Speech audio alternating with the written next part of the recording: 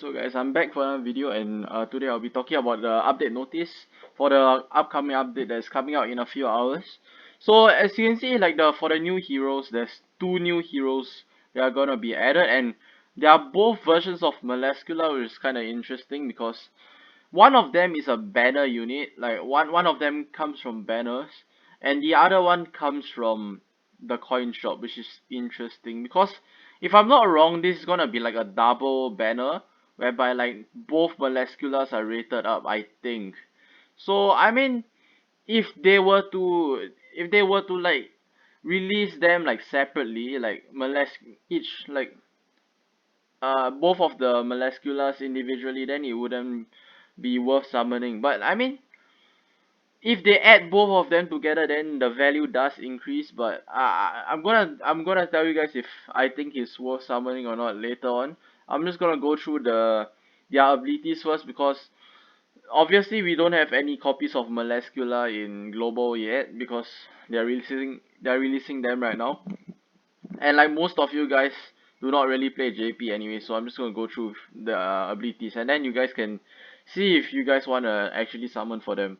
But the value isn't bad though, because if you didn't know, right, like okay, one of the Molesculas is from the coin shop, and since she's one of the 10 commandments, right, she actually costs like 7 SSR coins on discount and 10 without discount, which means that the since she's a commandment, right, she actually costs more than like the sins, like King, Diane, all those characters. She actually costs more, so that's one thing.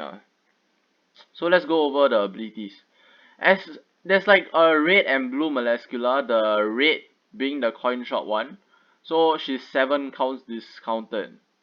So like in terms of which one is better, I believe the red one is better. I might be wrong, but I'm pretty sure the red one is better. But let's start off with the blue one. Her first skill, rank 1, she just does 220% damage, and rank 2 and 3, she deals. I'm pretty sure this is the same exact card as. I'm pretty sure this is the same card as Arthur's attack card, whereby like she infects at rank 2 for 1 turn and rank 3 for 2 turns, and then the multiplier increases from 220 to 360. And then obviously this is just a single target. And then as for her rank, for her other card, she inflicts detonate equal to 100% of attack on all enemies, up to 250% at rank 3. Detonate makes it so that she deals. Okay, right now on global, right, detonate is 15% additional damage per orb in the target's ultimate move gauge. But here it writes 20% because this is actually the JP version.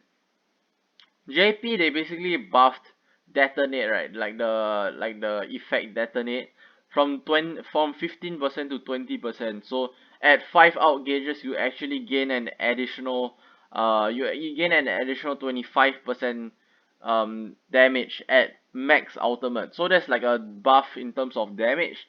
But we don't know if like detonate will be buffed by the time Molescula drops. Hopefully they will, so this card becomes a little bit stronger. But if if detonate doesn't get buffed, then obviously this will be 15% additional damage per orb in the target's ultimate move gauge, which means that this will be slightly weaker than the card presented right here, but the multipliers will still be the same. And as for out, she inflicts damage equal to 560% of attack on one enemy and life steals for 40% of the damage. So example, she hits for 100k, then she'll just heal back.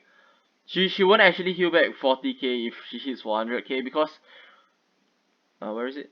She has a 53% life steal before cosmetics and awakenings, which means that she'll heal back like a lot. Like her ult will pretty much fully heal her most of the time. And the multiplier scales from 560% all the way to 840% when she's 6'6". As for passive for Blue Molescula, she increases base stats of the hero by 1% for each out out out gauge orb allies and enemies have. So a maximum of 6 characters can be on the field obviously. So assuming like the best case scenario for passive, she can get up to 30% of her basic stats for herself if everyone on both teams have max out gauges. But that's very unlikely, so most of the time it will be like 10 or 20%, maybe 10 to 20%. So I mean it's still a nice bump, but it's nothing too crazy. If it's 30%, then it's really insane. But basic stats like include a like I'm pretty sure it just includes everything though, so it's still pretty good, I would say. And where is it? Her resistance is pretty high, I'm pretty sure. Wait, let me try to find it. Oh yeah, no, my bad. She has 50% base life still, but at level 86 stars, she has 53%. So it's like 53% is without the costume still, so it can get even higher. And her resistance isn't that high actually. What? Oh yeah, her crit defense is high. Yeah, and her as well as her lifesteal. Her crit chance and crit damage isn't that good. 0% regeneration rate, 60% pierce though, which is pretty high. And her combat class is pretty high as well. 4,000 combat class is pretty damn high. And then as for her commandment, sorry, applies to ignite effects for 5 turns on allies and enemies who do not use any skills at the end of every turn in PvP. So example, you don't if example like you have a Meliodas, like a demon Meliodas on your team, and then you do not use a card on him, and then at the end of the turn, if you do not use any cards by him, you actually apply ignites to yourself. It goes for both allies and enemies, so it's really easy to get ignites off because most turns you don't really like spread your cards out for like 3 characters, you know. So it's really easy to apply the ignite effects. But this can be like bad as well because your own characters can get ignited as well. So obviously like ignite makes it so that it increase damage taken. So you can actually make your own characters like take more damage as well. So this is like a double-edged sword for this particular character. For this particular Melascula, I mean. But as for the second Melascula, her commandment is the same thing whereby she applies ignites. And then her first card, she applies Scorch. I'm pretty sure this is like a new ability that for global. I don't think any other character in global has it as of now. Scorch increases damage dealt by 250% per ignite on the target, and then it deals 160% base, and then it goes up to 400%, and obviously it still applies Scorch. So again, like it's really easy to apply ignites on both your allies and the opponent, but this card will actually hit pretty damn hard as long as like there's ignites on the enemy, because 160% is okay, and then this obviously, like example, they have like 4 ignite stacks, then she'll just increase damage dealt by 100%, which means that this will do 320%, I believe. I think that's how it works. So yeah, at rank 1, so that's pretty good. She hits pretty hard with that because it synergizes with her commandment. Her second card, she intakes 8% of all enemies' max health. Intakes decreases the enemy's max health by a certain amount and recovers this unit's HP by the amount decreased for 1 turn. So basically she just deals damage equal to max HP, so you can't really like reduce the damage taken by like resistance, all this, because yeah, she's just taking away like flat HP, you know.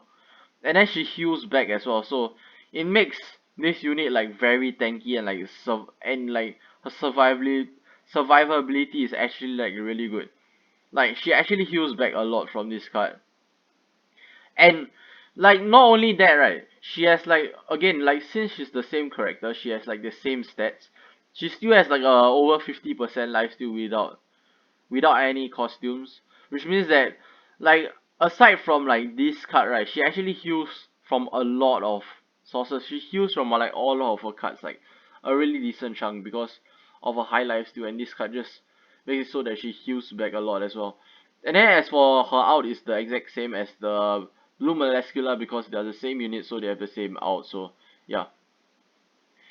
And then her passive makes it so that when ally that is not Melascula dies, Grants a removable buff that makes the ally stay at 1 HP for 3 turns. This effect only activates once the buff is removed when MELASCULA dies. If more than 2 allies die at the same time, the leftmost ally will be the revival target.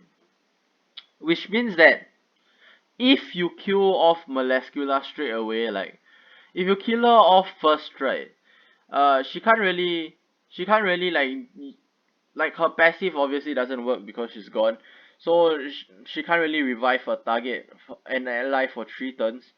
But the thing is that the buff is removable, but the problem is that there aren't that many characters that you use right now that actually remove buffs. So if you don't kill off MELASCULA, then like an ally, like one of the enemies will like survive for 3 turns at 1 HP, and you can't really kill them off unless you kill off MELASCULA and uh you kill off MELASCULA or you remove her buffs. Or you have to obviously wait out 3 turns, which is pretty annoying because you can't really kill the person off because he'll just survive at 1 HP for 3 turns. And like that's why if you face rate MELASCULA, you normally want to kill off the MELASCULA, but the problem is that she actually, again, like she has a lot of life steal. She has 53% at 6 stars, so she already heals a lot from her stats. And this card makes it so that she heals a lot because it deals a lot of damage. And this is just a really good healing card, and her out life steals as well. So it makes it so that MELASCULA is really hard to kill. So if you are planning on running Raid MELASCULA, then you guys should probably run a HP defense set to make MELASCULA even tankier, to make her even harder to kill. So it'll be really hard for the enemy to kill MELASCULA, and the passive will work much better. And then her commandment is the same again, once again. So yeah. New events, Burning Hatred, pick up draw. I think this is the banner for both MELASCULAs. Maybe the red MELASCULA. I'm pretty sure they are just gonna slap them both onto the same banner, I guess. Power up spin event. I'm not sure what that is. Global drop for spin tickets. And then after that, there's the Knighthood boss battle difficulties now available.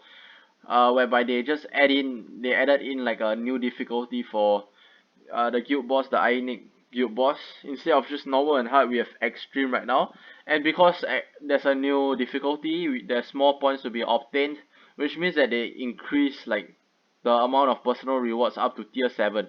If I'm not wrong, if I'm not wrong, we are getting like an additional 1 SSR pendant and 50 envils, if I'm not wrong. Yeah, in terms of like the new rewards, the added rewards. And as for the more heroes with engravings, there's MELASCULA, Griamore, and Elioni. I wouldn't recommend you URing any of them right now unless you're a whale and you just want to have fun, then yeah, sure, go ahead. Able to visit friends' taverns. Basically, this makes it so that like anyone on your friend list, you can actually have an option to visit their taverns as shown below.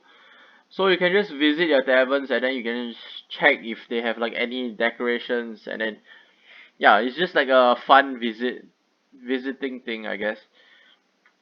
And then when you visit your friend's tavern, you can eat dishes that they have registered and receive the relevant buffs up to 10 times a day. So you know how like you can set dishes to hawk, right? Like 5 dishes. Like you can eat any one of their dishes and actually receive their buffs from the dishes they have up there. So that's cool. So you're basically getting free food up. And then on top of that, I believe you can get like 20 friendship coins uh per friend. And right now you have like a maximum of 39 friends because we are level 70 right now, like level 70 cap. So you can receive like 20 coins per tavern, so you can get some additional friendship coins if you are willing to spend the time to like visit everyone. So yeah.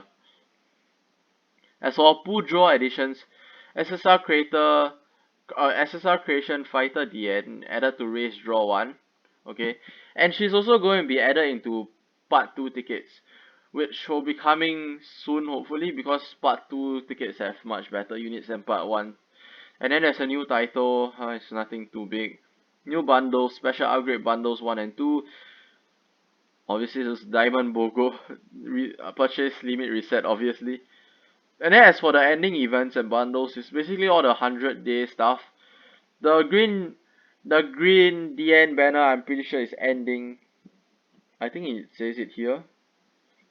Yup, the 100-day Fighter DN thank you pickup draw is ending, but the Lilia banner will still be here for one more week. So right after the update, we will be having like a Melascula banner and a Lilia banner.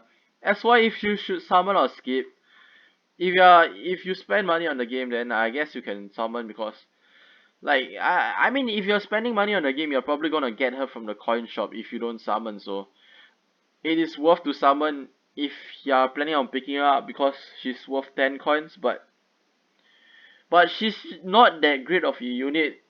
She's just like a really fun unit to play around with. But if you're like free to play, I wouldn't recommend. I would say that this is a hard skip, because they aren't really ever meta.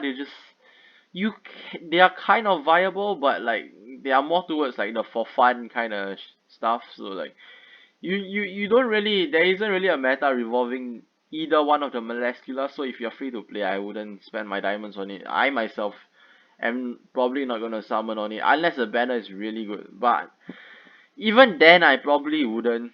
So yeah, hope you guys enjoyed. I'll see you guys in the next video.